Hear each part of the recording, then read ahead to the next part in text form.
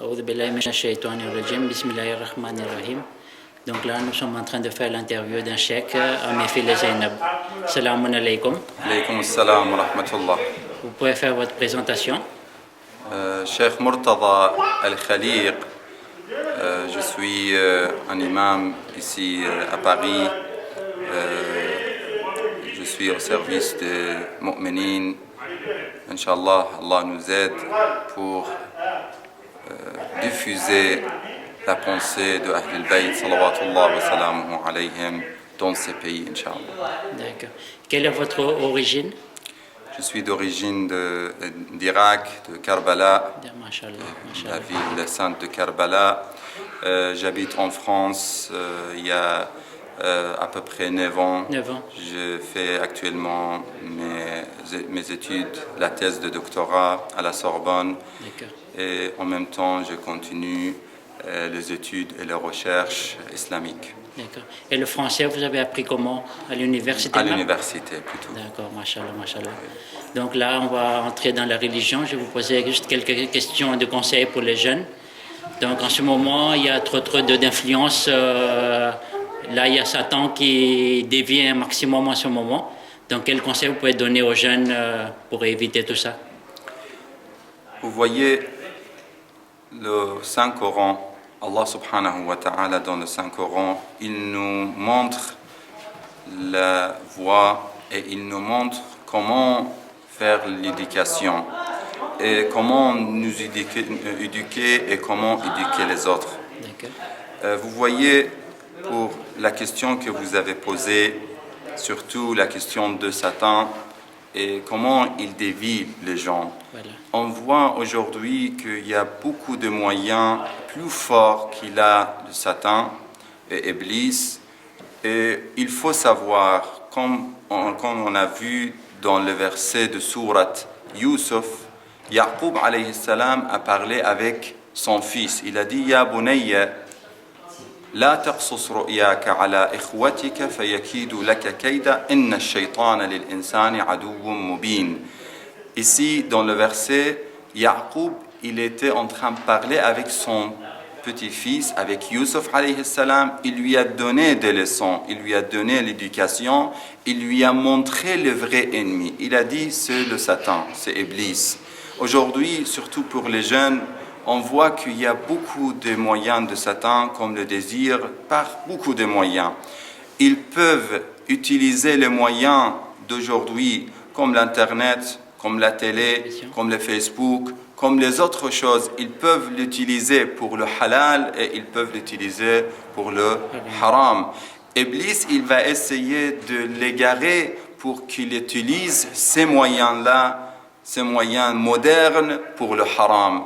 Mais eux, alhamdulillah, nos jeunes, ils vont prendre les leçons de Yaqub alayhi salam. Yaqub, il a dit à Yusuf, ils sont tous les fils de notre prophète Muhammad sallallahu alayhi wa sallam. Vous savez, on est dans les jours qu'on entend ce qu'ils ont fait avec l'image de notre prophète. Ils voulaient détruire l'image de notre prophète, mais ils ne peuvent pas. Mais ça, il faut savoir que notre père, c'est le prophète et c'est l'imam Ali. Et l'imam Ali et le prophète nous ont dit, le prophète a dit à Ali, Ana wa ant abawa hadhihi al-umma.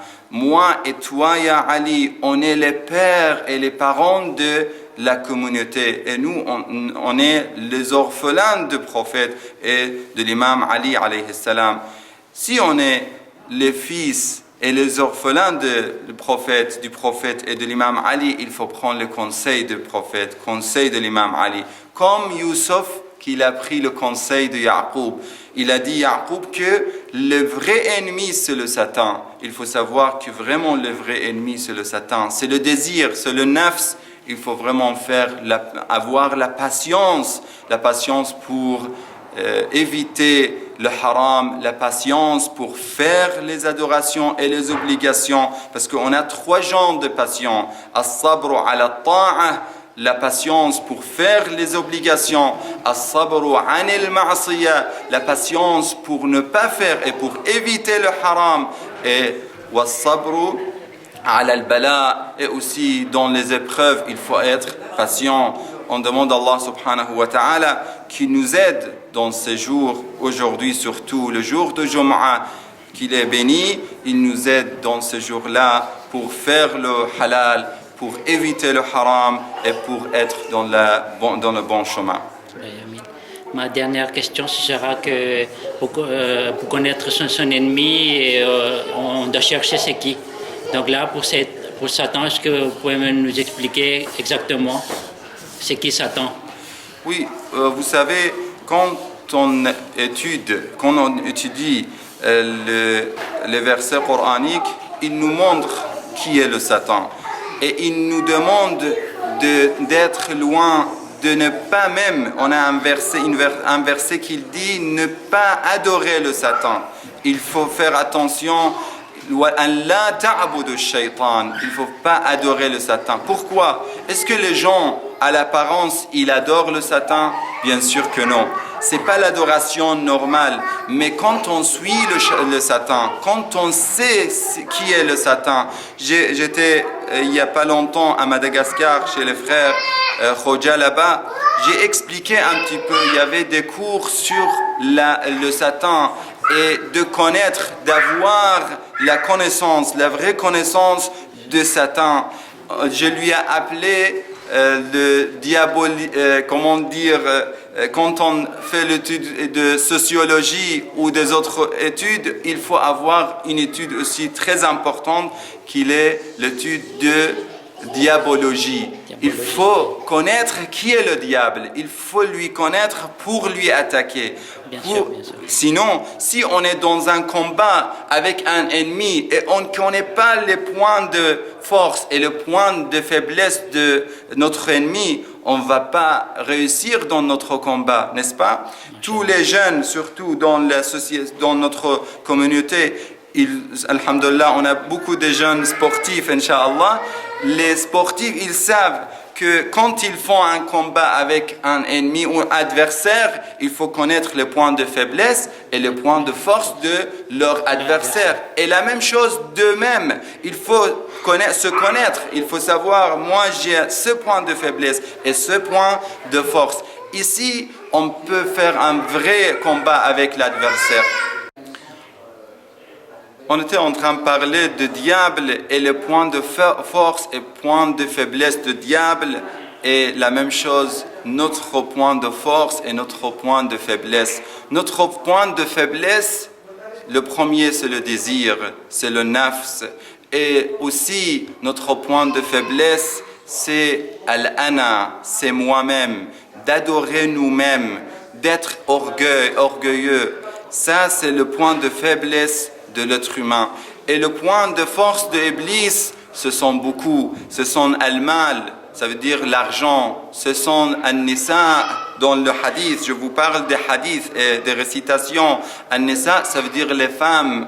Le désir des femmes, bien sûr. Pas les femmes. C'est-à-dire, si on aime notre famille, on aime notre femme, ça c'est bon. Mais de chercher le désir des femmes, ça c'est haram. Et ça c'est un moyen très fort de Iblis. C'est dans le riwaya, c'est Sayf Iblis. C'est l'épée de Iblis.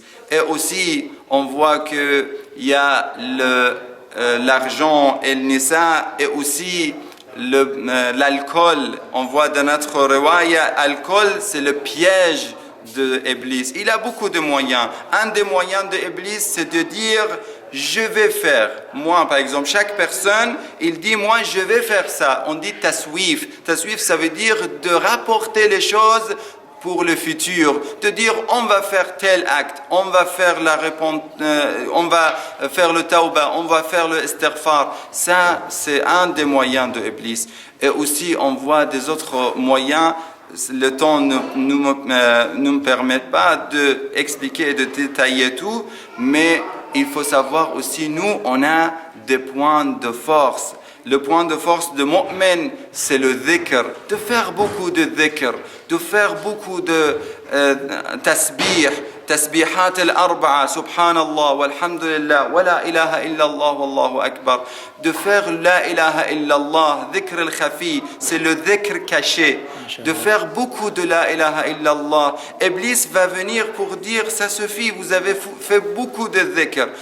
Mais si on regarde l'heure et l'horloge, si on regarde, on va voir que on ne perd pas le temps quand on fait le dhikr. Mais des fois, on est devant la télé pour regarder la télévision ou pour regarder des films. On reste plusieurs heures regarder ce genre de choses, mais on n'est pas fatigué parce que Iblis, il ne vient pas. Même il nous encourage pour faire ce genre de choses. Surtout si là, samahallah, les films, ils ne sont pas bons.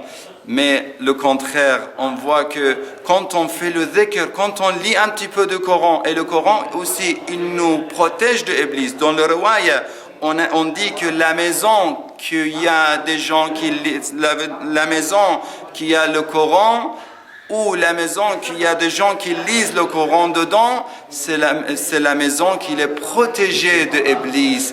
Et il y a des anges qui tombent et qui entrent dans cette maison-là. Et la bénédiction d'Allah entre dans cette maison-là. Vous voyez la différence? Mais si les gens, ils lisent pas le Coran, ils lisent pas les dhikr, ils disent pas les dhikr, ils sont pas protégés. Vous voyez les points de force et points de faiblesse de chacun. Il faut faire attention, surtout mon conseil à mes frères et sœurs, surtout les jeunes, de profiter de leur temps. Profiter le maximum de leur temps. Ça, c'est le meilleur conseil que je peux donner parce que chaque temps et chaque seconde est très important pour l'être humain et surtout pour les gens. Je termine avec un hadith de l'imam Zayn al-Abidin alayhi salatu wassalam. Il dit لا تجوز قدم عبد على الصراط حتى يسأل عن أربع. Il va pas passer ou dépasser le sirat, les personnes dans le jour de jugement avant d'être demandé de 4 choses. عن عمره فيما أفناه, comment il est gaspillé son umr, sa vie, وعن شبابه فيما أبلاه, et comment il a perdu sa jeunesse. Ça c'est très important. وعن ماله مما اكتسبه وفيما أنفقه, et de l'argent, comment il est acquis, comment il a obtenu de l'argent et comment il a dépensé. Et après, à la fin, وَعَنْ وِلَايَتِنَا أَهْلَ الْبَيْتِ, et il va être demandé de notre wilaya. On demande à Allah subhanahu wa ta'ala qu'il nous protège et qu'il protège nos enfants et nos jeunes, Inch'Allah, dans cette époque très difficile, et qu'il soit parmi les soldats de l'imam alayhi salam, et qu'il se prépare pour être parmi les grands soldats de l'imam alayhi salatu wassalam. Fajr TV vous remercie de cette interview. Wassalamu alaikum wa rahmatullahi wa barakatuh. Alaykum assalam wa rahmatullah.